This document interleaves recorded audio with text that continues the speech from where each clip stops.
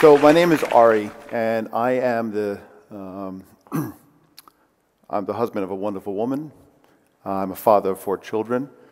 I am a citizen of this world, and I'm also the CEO of Nimber. And of course, it's a very big title for a job that pays very little and takes so much time. But today, what I want to do is share our story of what we've done here with Nimber and why it matters. And also to focus on the real important thing, which is people. And not only because I like people and care about people, but because people matter also in economics, especially in economics. Epi, thank you so much for letting me follow that great presentation. Next time we should rearrange that. Anyway, so let's start with the Nimber story. Nimber story, we're a Norwegian company, and we recently moved to to London. But it all started with a ski trip and an unfortunate accident, a Norwegian postal truck accident. Of course, this is not it, because I couldn't find one. But we had all these packages all over the road, and we asked ourselves, could we, if each one of us could just take one of those packages to its destination, we could solve this problem. And it was more of a think about how can we solve this horrible problem. And it dawned on us that we're going to be late to our ski vacation. No, it dawned on us that we all have capacity. We looked in the back, and we have capacity in our car to take things. And that was the idea for Nimber. Can we use existing spare capacity to create a great delivery solution? We have, every day, we have people going from one place to another. If you're commuting, you're going to the store, you're going to a vacation, you're driving for a living, you have a van and you're going from Brussels to Charleroi and you come back empty. We all have spare capacity and we can take something. Now, having spare capacity is not sufficient on its own for a great idea. It's kind of like saying there's no water in California. Hey, look, the ocean's right there. Or maybe it is, actually. But how do we take this? How do we harness this great resource? And of course, how do we create a solution that people want? So we have to look at the current problems with delivery. For most people, logistics is the beginning of I'm going to fall asleep because this is boring. And to be honest with you, logistics is not an exciting business, or at least from my point of view. But it's actually one of the largest industries in the world, and we're not aware of it. Every time we eat something, it gets to us via a van, boat, plane. That iPhone we bought didn't get there by chance. So logistics, it might be even larger than the banking industry. And it has its flaws. Now, I love logistics from one side because great companies, FedEx, UPS, all these great, DHL, they've created a tremendous amount of efficiency. And there's nothing wrong with them. But still, what they're doing, what we have today is not sustainable. The amount of trucks delivering things on the road is unbearable. The economics are astonishingly not that great for everybody ordering that Amazon book and getting it in a day and thinking this is really, really fantastic. What a great service. Well, first of all, they're losing money on that. Second of all, it's not really good. And of course, not convenient. Most people don't know how to deal with delivery. You go to the postal office, you call a courier. We really don't have a convenient way to deal with delivery. And of course, there's the waste. In the United States, they estimate that about 1 out of 3 things we order online, we return. So think about that truck arriving, dropping that package, and the next day, 1/3 of that package goes back with another truck to come to pick it up. So back to Nimber. We wanted to use the crowd to figure out how we can deliver a great service. And I kind of like to look at the animal world because the animal world is much more sophisticated than we give it credit. And specifically bees. Bees are amazing because they have the ability to come together as a group and create something amazing. They are able to communicate efficiently with one another, excuse me. And they produce so much together. So how can we learn from the animal world, and how can we apply that to a delivery solution? What we really wanted to do ultimately is create a Tinder for deliveries. Now, as I always like to say, we won't promise you a wedding or a one-night stand, but we're hoping to get you someone who can deliver a package for you. Now, if it was only that easy, because the problem with logistics is it's not only about trying to get something from A to B, it's coordination, it's communications. Everyone here in this audience has experienced a situation where we've actually tried to get something delivered, and either we were told to wait at home between 10 o'clock and 1 o'clock, 10 o'clock in the morning, 1 o'clock in the afternoon, which seems really wasteful, or we did not get the package delivered and we had to go to the postal service to pick it up. So there's some challenges out there.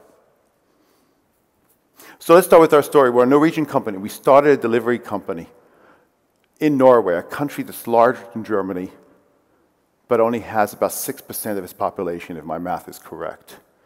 And our vision was to be able to, for someone to easily request, I need to send this, and someone who was going that way to actually deliver it. What we needed was a platform, a matching platform. We needed a community, and we needed to build in trust mechanisms to make sure that people were comfortable, because after all, we were asking people to change their habit. Instead of going to a company or go opening the yellow pages if you're in 1970 or Googling it if you are today, you're going to be connected with someone you don't know who's going to take something that's precious for you.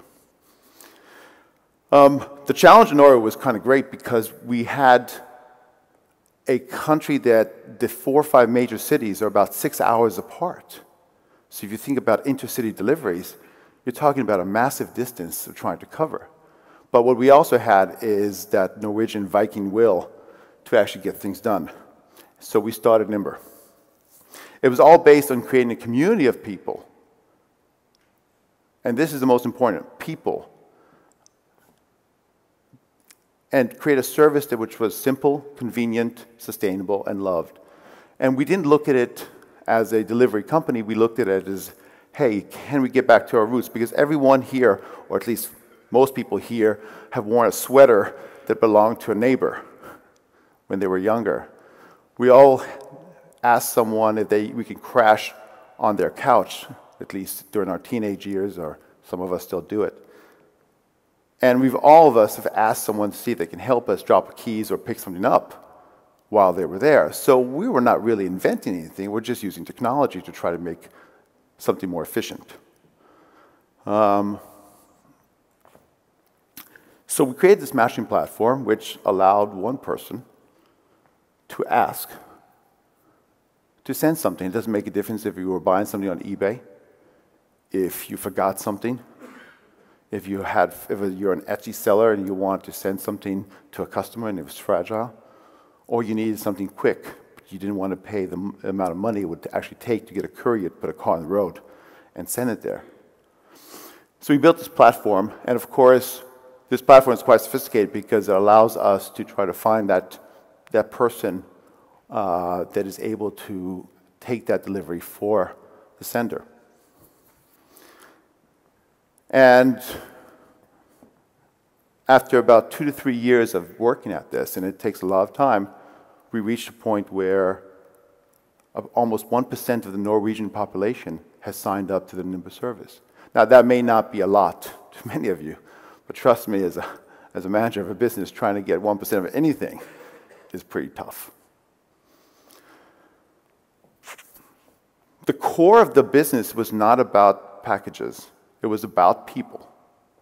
Because we realized that people are awesome. People can do great things. If we go back to the story about the bees, we realize that they are able to communicate. If it's danger, if it's building, let's go this way. And what we realized is that if we're able to match people, and going back to that Tinder, if we're able to get people just to match with those people that are relevant to them, then we have a business.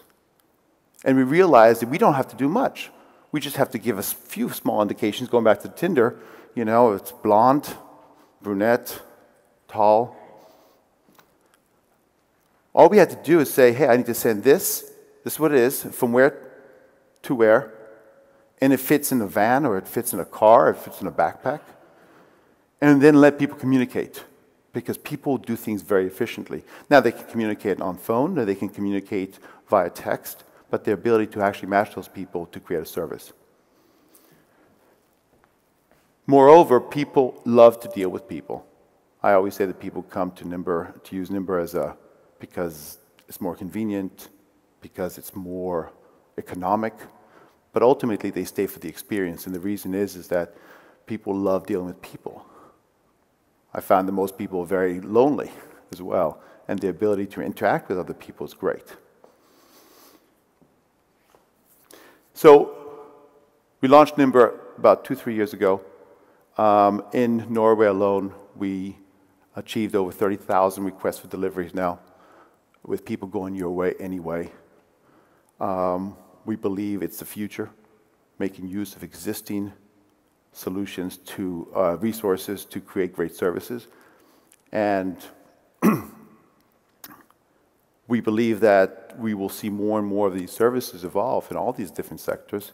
They're actually going to create a tremendous amount of value for people. And value could be different things to different people. Value could be economic, it could be sustainability, it could be convenience, it could be experience, or all the above. So I talked about this Norway, the 1%, but actually, I'm fibbing. It's about 0.8%, but it doesn't sound as good as 1%.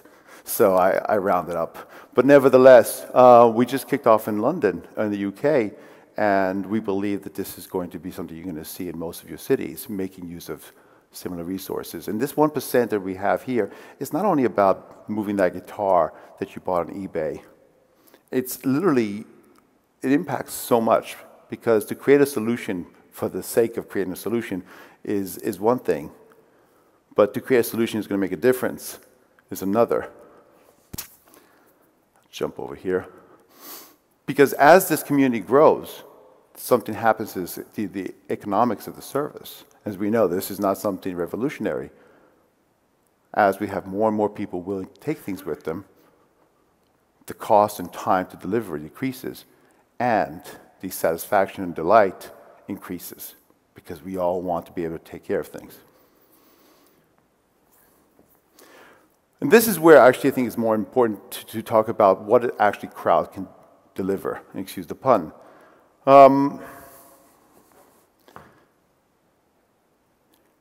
We started with moving something from one city to another, intercity deliveries.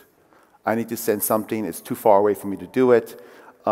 Existing solutions are not great. How about if I was able to actually connect with someone who's going that way? Easily, they can pick it up and deliver it. And we think that's exciting on its own, because we think that's a massive market.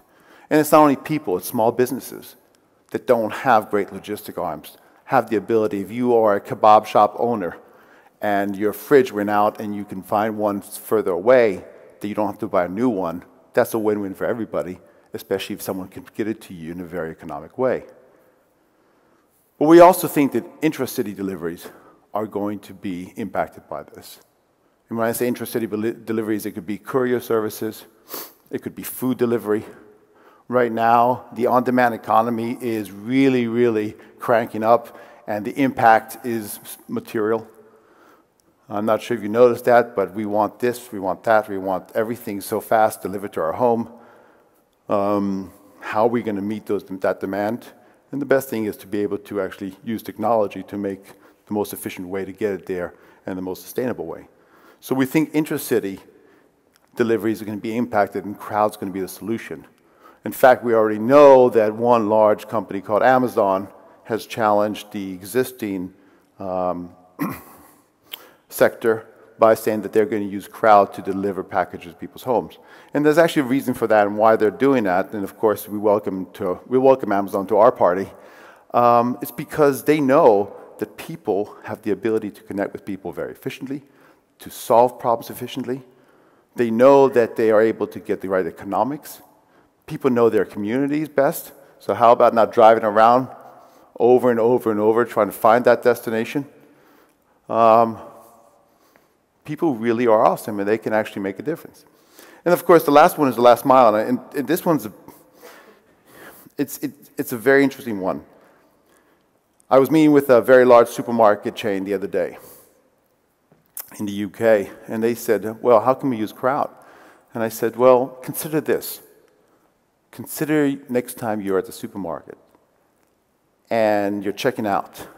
You just put your loyalty card in to get those points, which nobody really knows what's going on with that. And suddenly it pops up on the screen and says, how about we take off 3-4 pounds or €5 off your bill if you can deliver this to your neighbor. Or if someone walking by gets the notification that someone down the street needs a delivery done, and it's a win-win to everybody. So that last mile is going to change e-commerce as well, because delivering all these packages to your home constantly is just not going to work. And for all those people who love drones out there, well, it's going to be a while before we see millions of drones flying back and forth if we ever get there, or we want that. So people have the ability to make a difference. They have the ability to actually coordinate, communicate better than companies. And ultimately, people prefer to deal with people. They trust people more than they trust companies. Not because companies are evil. I'm not one of those people. I actually love companies. It's just because companies, by design, don't have the great ability to change or make any decision on the fly. They're not built that way. So we think the future for delivery is Crowd. We think that Nimber is one of those companies that's going to make a difference with ultimately creating a solution that is based on community, based on matching people. And we are not a delivery company. We're really trying to match demand with existing supply to create a value proposition. And hopefully we'll be able to launch our service here in Belgium soon. And I'd like to thank you so much.